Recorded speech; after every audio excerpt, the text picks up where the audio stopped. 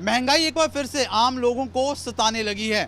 तमाम रेट्स है, चाहे वो बिजली के रेट्स हो या फिर हम बात करें खाने पीने के सामान हो, तेल के रेट्स हो, सिलेंडर के रेट्स हो, तमाम जो रेट्स हैं वो लगातार बढ़ रहे हैं। उसके साथ साथ अगर हम बात करें जो आम लोग हैं जिसे आसानी से खा सकते थे, ब्रेड पकौड़ा हो या फिर समोसे हो, पकौड़े हो या फिर जलेबी हो, तमाम चीज़ें हैं उनके रेट्स में भी बढ़ोतरी देखी गई है। इस वक्त हम सेक्टर 19 की मार्केट में मौजूद हैं। सबसे पहले बात कर लेते हैं, सर रेट्स बढ़े हैं और कितनी महंगाई बढ़ी है?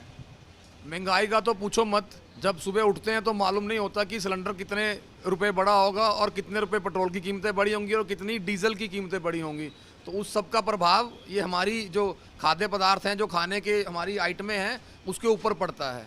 पर हम क्या करें कि हम रोज़ रोज़ भी अपनी दुकान पे रेट नहीं बढ़ा सकते। इससे हमारा जो 50 साल पुरानी दुकान है यहाँ पर, हम रोज़ रोज़ अगर अपना दाम बढ़ाएंगे समोसे का पकौड़े का, तो हमारे जो पुराने कस्टमर हैं वो हमसे अलग हो जाएंगे। तो उसका सारा भार ले देकर हमें ही उठाना पड़ता है। मतलब जो एक दुकानदार आदमी है, जो एक दुकान कर रहा है यहाँ पर कहीं पर भी चंडीगढ़ में, तो उसके ऊपर इतना बोझ पड़ रहा है कि उसको अपनी जेब में से डालकर कस्टमर को देना पड़ रहा है। अच्छा, आजकल क्या रेट्स है समोसे पकौड़े और ब्रेड पकौड़े का, क्या रेट्स है आजकल?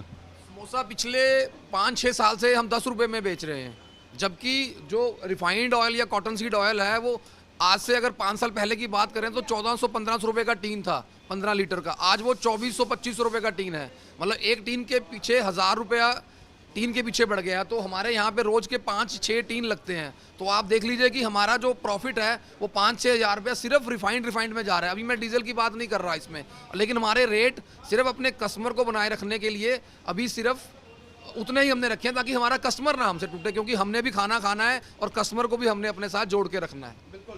तो कुछ और आम लोग हैं उनसे भी बात कर लेते हैं। सर क्या महंगाई बढ़ी है? खाने पीने की तमाम चीज़ों पर फ़र्क पड़ा है कॉमन लोग पर? महंगाई के बारे तो किसी के कोई आवाज़ ही नहीं आ रही है। महंगाई के बारे में कोई बोल ही नहीं है। महंगाई के तो बहुत ही बुरे हाल है। जैसे भाई साहब बता रहे हैं ना कि आज क्या है, कल सुबह क्या होगा, कोई पता ही नहीं है लग रहा है।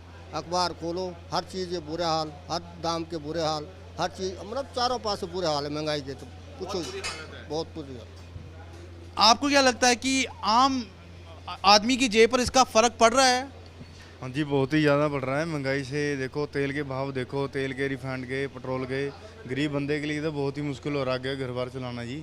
इसलिए बहुत ही ज़्यादा महंगाई बहुत मार रही है जी गरीब बंदों के पास। तो ये आम लोग हैं, उनका भी साफ तौर पे ये कहना है कि जो महंगाई की मार है वो उनकी जेबों पे पड़ रही, जिसका सीधा फ़र्क है वो उनके घर और परिवार पे पड़ रहा है। और भी लोग हैं, उनसे भी बात कर लेते हैं।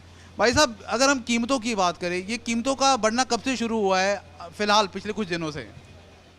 लॉकडाउन के बाद से कीमतों का बढ़ना शुरू हुआ है। 20-30 रुपये करके टीन बढ़ता है, जो बढ़ते बढ़ते 500-600-700 तक बढ़ जाता है, 20 रुपये करके बढ़ जाता है।